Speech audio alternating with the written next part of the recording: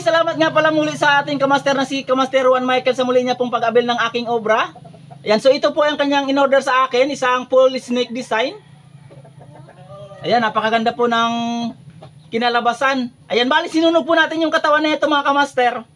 Ito po ay Narawood, yung ginamit natin na kahoy dito sa kanyang handling case. Isang full snake design. Ayan, so napakarami na pong in-order sa akin ni Kamaster Juan Michael. Ayan, so ito na naman po yung muli niya pong inabil sa akin. Ayan, maraming salamat po sa iyo Kamaster Juan Michael. Ayan na po yung iyong full snake design. Ayan, so many full snake design to mga kamaster. Kasi yung kanyang blade po ay may habang 11 inches blade.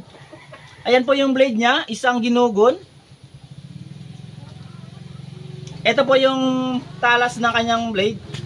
Ayan, gagamitin na lang po ni Kamaster. Napakatalas na po nito.